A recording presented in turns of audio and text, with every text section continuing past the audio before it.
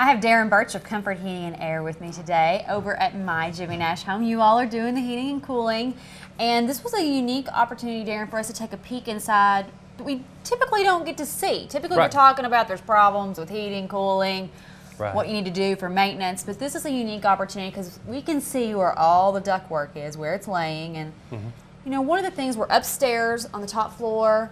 How do you all decide where you put the vents and the air returns? Okay.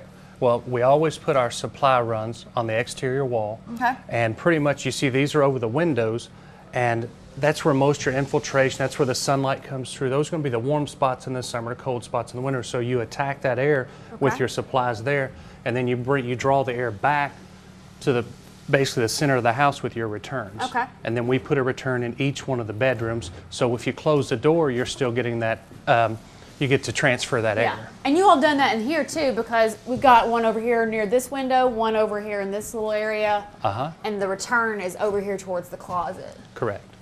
I'm gonna squeeze back in here. I'll use the door. Okay. Now, one thing that was interesting, because my husband and I are pretty much living right here on site, so we're over here every day. He was kind of questioning why we didn't put the thermostat for the upstairs in the hallway, but you all have a really great reason why not to do that. Right. Well, if you look over, you've got that opens up to downstairs, and of course heat rises. If we put that thermostat out in the hallway there, the heat's going to rise up from downstairs, satisfy the thermostat, upstairs turns off. This room, they get a little bit cooler because the unit upstairs is not running because it's reading the temperature from downstairs. So that's why we like to bring it off to another room or get it out of the way of the stairway. And we in particular put it in what we could be considered a bonus room, even though technically it's a room, and really it's just the sewing room. That's okay. The most important room in the house. Right. My husband jokes. And we put it in here because typically a room like this over a garage where you've got that hot or cold air coming in would make this room a little bit more of a hot spot or cold spot. Not necessarily the case in this house because we're using the foam insulation with Epiphany, but we chose to put the thermostat in this room. Right. You won't have any issues just because you're using the Epiphany foam. It's a great product. But you would do that in a house that didn't typically have foam? Yeah, yeah.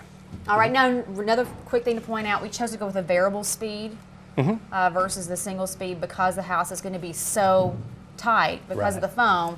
We wanted to be able to regulate the humidity and everything. Right. That's what's great about the variable speed. When it first comes on, it takes that hot air and moves it slow across the cold coil, and it dehumidifies a lot better. So therefore, you don't have humidity problems in a tight house like this. And people think just because it's running longer that it's going to be, more costly, but it's not necessarily the case. Oh no, you save money because it's running, it's cooling the house a lot better. All right, well, I can't wait to have it all completed. If people have questions for the Comfort Man, who is somehow missing in action. We've been busy. How can they get a hold of you? You can call us at 859-COMFORT or visit us on the website at callthecomfortman.com.